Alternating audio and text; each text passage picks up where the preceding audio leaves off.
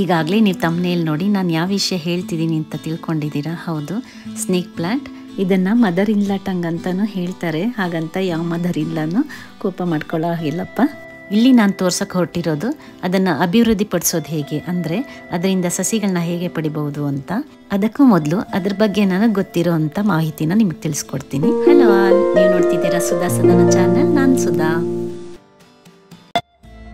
ಎಷ್ಟು ಚೆಂದ ಹೂ ಬಿಟ್ಟಿದೆ ನೋಡಿ. ಹೂ ಬಿಟ್ಟು 3-4 ದಿನಗಳೇ ಆಯಿತು. ಈಗ ಸ್ವಲ್ಪ ಬಾಡಿದೆ. ಹೂ ಬಿಟ್ಟಾಗ ಸ್ವಲ್ಪ ಸುವಾಸನೆ ಕೂಡ ಇತ್ತು. ನೀವೆಲ್ಲಾದರೂ ಈ ಗಿಡ ಹೂ ಬಿಡೋದು ನೋಡಿದ್ದೀರಾ? ನೋಡಿರೋದು ಅಪರೂಪನೇ ಅಂದ್ಕೊಳ್ತೀನಿ. ಯಾಕೆಂದರೆ ಈ ಗಿಡ ಹೂ ಬಿಡೋದು ಅಪರೂಪನೇ. ಇದು ಹೆಚ್ಚಾಗಿ ಇಂಡೋರ್ ಪ್ಲಾಂಟ್ ಥರನೇ ಬೆಳೀತಾರೆ. ಔಟ್ಡೋರಲ್ಲಿ ಕೂಡ ಬೆಳಿಬೋದು. ನಾನು ಹಾಗೆ ಬೆಳೆದಿರೋದು. ಅದು ಒಂದು ಕಾರಣ ಹೂ ಬಿಟ್ಟಿರೋದಕ್ಕೆ, ಯಾಕೆಂದರೆ ಸ್ವಲ್ಪ ಸನ್ಲೈಟ್ ಬೀಳುತ್ತೆ. ಸ್ವಲ್ಪ ಕೂಡ ಜಾಗ ಇಲ್ದಿರೋಗೆ ಪಾಟ್ ತುಂಬ ಬೆಳೆದಿದೆ. ಸೊಂಪಾಗಿ ಬೆಳೆದಿರೋದು ಕೂಡ ಒಂದು ಕಾರಣ ಹೂ ಬಿಡೋಕ್ಕೆ. ನೋಡೋದಕ್ಕೆ ಚೆನ್ನಾಗಿರೋದಷ್ಟೇ ಅಲ್ಲ, ಶ್ರಮ ಇಲ್ಲದೆ ಸುಲಭವಾಗಿ ಬೆಳಿಬಹುದು. ಮತ್ತು ವಾಸ್ತು ಗಿಡ ಅನ್ನೋದೊಂದು ಕಾರಣ. ಹೀಗೆ ಇಂಡೋರ್ ಪ್ಲಾಂಟ್ಸ್ ಬೆಳೆಯೋರಿಗೆ ಇದು ತುಂಬ ಇಷ್ಟವಾದ ಗಿಡ. ಇದನ್ನು ವಾಸ್ತು ಪ್ರಕಾರ ಮನೆ ಮುಂಭಾಗಲಲ್ಲಿ ಅಥವಾ ದಕ್ಷಿಣ ಭಾಗದಲ್ಲಿ ಇಡ್ಬೋದು ಅಂತ ಹೇಳ್ತಾರೆ. ಅಲ್ಲದೆ ಮಲಗು ಕೋಣೆಯಲ್ಲಿ ಇಟ್ಟರೆ ತುಂಬ ಲಾಭ ಇದೆ ಅಂತ ವಾಸ್ತು ಹೇಳುತ್ತೆ. ಒಳ್ಳೆಯ ನಿದ್ರೆ ಮತ್ತು ಮಾನಸಿಕ ಆರೋಗ್ಯಕ್ಕೆ ಇದು ಸಹಾಯ ಮಾಡುತ್ತೆ ಅಂತ. ಗಾಳಿಲಿರೋ ಕಲ್ಮಶ ಮತ್ತು ಕಾರ್ಬನ್ ಡೈಆಕ್ಸೈಡ್ನ ತೆಗೆದು ಹೆಚ್ಚಾಗಿ ಆಕ್ಸಿಜನ್ನ ಉತ್ಪತ್ತಿ ಮಾಡಿ ಒಳ್ಳೆ ಸ್ವಚ್ಛವಾದ ಗಾಳಿನ ಕೊಡುತ್ತೆ ಅನ್ನೋದೇ ವೈಜ್ಞಾನಿಕ ಕಾರಣ. ಈಗ ಇದರಿಂದ ಸಸಿ ಹೇಗೆ ಪಡಿಬೋದು ನೋಡೋಣ. ಒಂದು ಚೆನ್ನಾಗಿರೋ ಎಲೆನ ಆಯ್ಕೆ ಮಾಡಿಕೊಂಡು ಅದರ ತುದಿ ಭಾಗದಲ್ಲಿ ಕಟ್ ಮಾಡ್ಕೊಳ್ತಿದ್ದೀನಿ. ಇದನ್ನು ಸುಮಾರು 4 ಇಂಚು ಬಿಟ್ಟು ಕಟ್ ಮಾಡ್ಕೊಳ್ತೀನಿ. ಎಲೆನ ಕಟ್ ಮಾಡಿದಾಗ ಅದರಲ್ಲಿ ಒಂದು ರೀತಿ ರಸ ಬರುತ್ತೆ. ಅದು ಅದರಲ್ಲಿರೋ ನೀರಿನಾಂಶ. ಆ ನೀರಿನಾಂಶ ಇರೋದ್ರಿಂದನೇ ಗಿಡಕ್ಕೆ ತುಂಬ ದಿವಸ ನೀರು ಹಾಕ್ತಿದ್ರೂ ಬದುಕುಳಿಯುತ್ತೆ. ಒಂದು ಎಲೆಯಲ್ಲಿ 5 ಪೀಸ್ ಸಿಕ್ಕಿದೆ. ಈಗ ಮತ್ತೆ ಅದನ್ನು ಈ ರೀತಿ ವಿ ಶೇಪ್ನಲ್ಲಿ ಕಟ್ ಮಾಡ್ಕೊಳ್ತೀನಿ.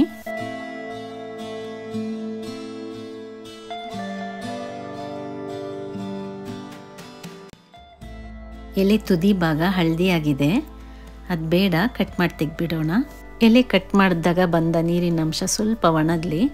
ಅಷ್ಟರಲ್ಲಿ ನಾವು ಪಾಟ್ ರೆಡಿ ಮಾಡ್ಕೊಳ್ಳೋಣ. ಈಗ ಒಂದು ಸಣ್ಣ ಕಂಟೈನರ್ ತೊಗೊಂಡು ಅದರ ತಳಭಾಗದಲ್ಲಿ ಸ್ವಲ್ಪ ಜಲ್ಲಿಕಲ್ಲನ್ನ ಹಾಕ್ಕೊಂಡಿದ್ದೀನಿ. ಇಟ್ಕೆ ಚೂರು ಸಹ ಹಾಕ್ಕೊಳ್ಬೋದು. ಅದರ ಮೇಲೆ ಮಣ್ಣನ್ನು ಹಾಕ್ಕೊಳ್ತಿದ್ದೀನಿ. ನಾವು ಕಟ್ ಮಾಡ್ಕೊಂಡಿದ್ದ ಎಲೆ ಭಾಗನ ಒಂದೊಂದಾಗಿ ಈ ಮಣ್ಣಲ್ಲಿ 1.5 ಇಂಚಷ್ಟು ಒಳಗೆ ಹೋಗಾಗೆ ಅದಂಬೇಕು.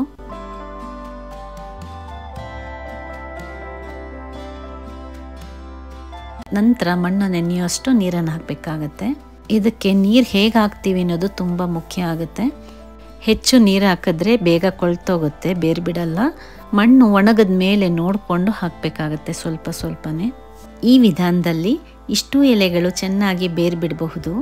ಅಥವಾ ನೀರು ಹೆಚ್ಚಾದರೆ ಹಾಗೂ ನೀರು ಸರಿಯಾಗಿ ಡ್ರೈನ್ ಆಗದೇ ಇದ್ದ ಪಕ್ಷದಲ್ಲಿ ಕೆಲವು ಎಲೆಗಳು ಕೊಳ್ತೋಗೋ ಸಂಭವ ಕೂಡ ಇರುತ್ತೆ. ಚೆನ್ನಾಗಿ ಬೇರು ಬಿಟ್ಟ ನಂತರ ಆ ಗಿಡಗಳನ್ನೆಲ್ಲ ಸಪ್ರೇಟ್ ಮಾಡಿ ಬೇರೆ ಬೇರೆ ಪಾಟ್ಗಳಿಗೆ ವರ್ಗಾಯಿಸಬೇಕಾಗತ್ತೆ.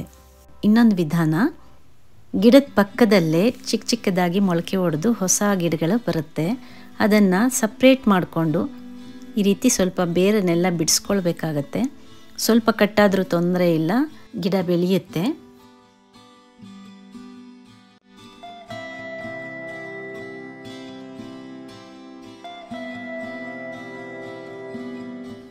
ಈ ರೀತಿ ನಿಧಾನವಾಗಿ ಬಿಡಿಸ್ಕೊಳ್ಬೇಕು. ಇದನ್ನು ಒಂದು ಕಂಟೈನರಲ್ಲಾಗಲಿ ನೆಲದಲ್ಲಾಗಲಿ ಅಥವಾ ನಿಮಗೆ ಯಾವುದರಲ್ಲಿ ಬೆಳೆಸಬೇಕು ಅಂತ ಅಂದ್ಕೊಂಡಿರ್ತೀರ ಅಲ್ಲಿ ಸುಮಾರು 3 ಇಂಚು ಆಳ ತೆಗೆದು ಅಲ್ಲಿ ಗಿಡ ನೆಡಬೇಕಾಗತ್ತೆ. ಗಿಡ ನೆಟ್ಟ ನಂತರ ಅದರ ಸುತ್ತ ಇರೋ ಮಣ್ಣನ್ನು ಚೆನ್ನಾಗಿ ಒತ್ತಬೇಕು. ಆಗ ಗಿಡ ಸ್ಟಿಫಾಗಿ ನಿಂತು ಚೆನ್ನಾಗಿ ಬೆಳೆಯೋದಕ್ಕೆ ಸಹಾಯ ಆಗುತ್ತೆ.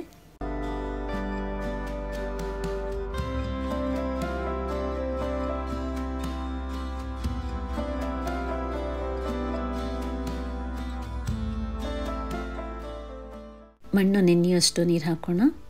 ಮತ್ತೆ ನೋಡಿಕೊಂಡು ನೀರು ಹಾಕಬೇಕಾಗತ್ತೆ. ಮಣ್ಣು ಒಣಗಿರಬೇಕು, ಸ್ವಲ್ಪ ಸ್ವಲ್ಪನೇ ಹಾಕಬೇಕಾಗತ್ತೆ.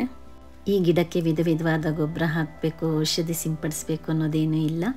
ತುಂಬ ಸುಲಭವಾಗಿ ಬೆಳಿಬಹುದು. ಸರಿ, ನಿಮಗೇನು ಅನಿಸ್ತು ಈ ವಿಡಿಯೋ ನೋಡಿ? ಇಷ್ಟ ಆಯಿತಾ? ಹಾಗಿದ್ರೆ ಮತ್ತೆ ಯಾಕೆ ತಡ? ಲೈಕ್ ಮಾಡಿ, ಕಮೆಂಟ್ ಮಾಡಿ.